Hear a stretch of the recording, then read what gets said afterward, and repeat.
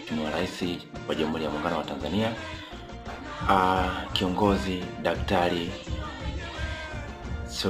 Samia Suluhu Hassan kwa kazi nzuri ambazo anaifanya. Kwanza kabisa nianze na kumpa pongezi kwenye hususani kwenye swala la afya.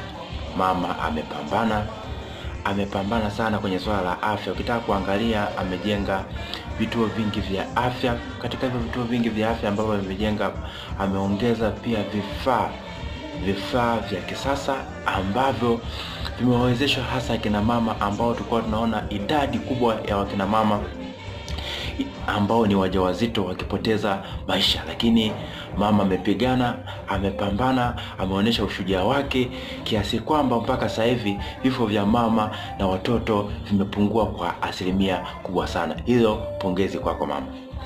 Swala la pili ni swala la elimu. Kiukweli mama